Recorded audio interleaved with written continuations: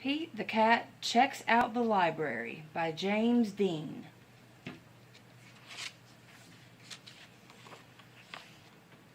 Pete's mom is taking him to the library for the first time. The librarian gives Pete his very own library card. "Cool," says Pete.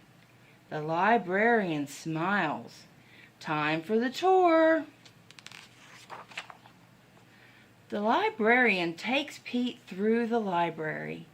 There is a big desk where people wait to check out books.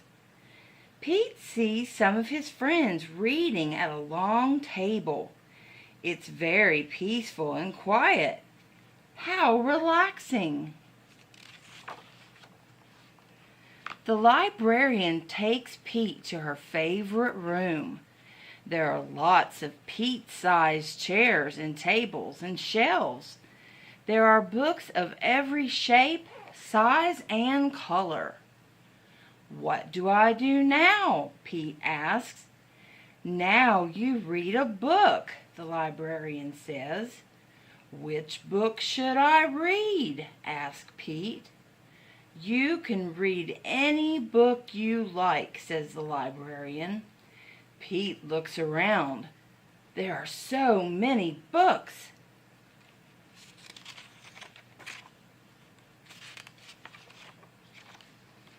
Pete picks up a book all about airplanes and jets. He reads it and pretends he is a stunt pilot. He flies a super fast jet and does loop-de-loops and spirals high in the sky. Then Pete finds a book with dragons, wizards, and unicorns on the cover. He reads it and imagines that he is a powerful wizard using magic spells and a special wand to defend his castle against a fire-breathing dragon.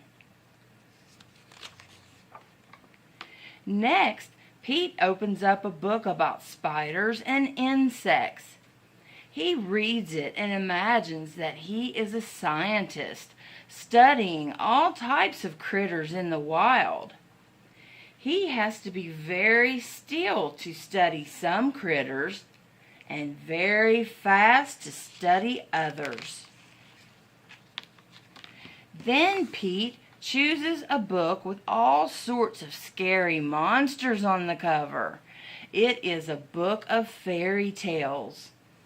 Pete reads it and pretends that he is in a dark, spooky forest trying to outsmart a big, bad wolf. Pete puts that book back on the shelf. It is too scary. Pete opens up a book about the pyramids in Egypt. He reads it and pretends that he is an explorer riding a camel across the desert and climbing to the top of a giant pyramid. Next, Pete picks a book with all sorts of robots on the cover.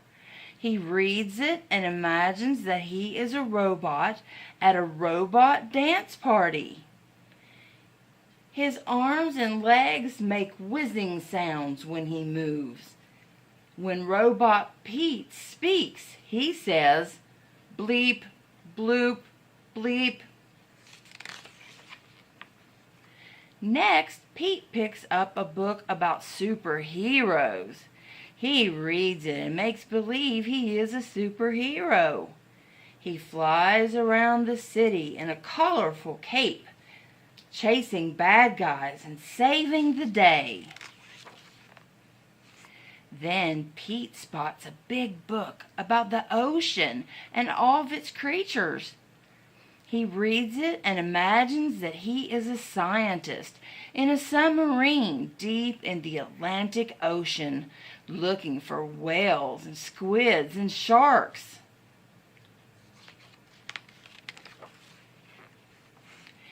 There are so many wonderful books to read at the library.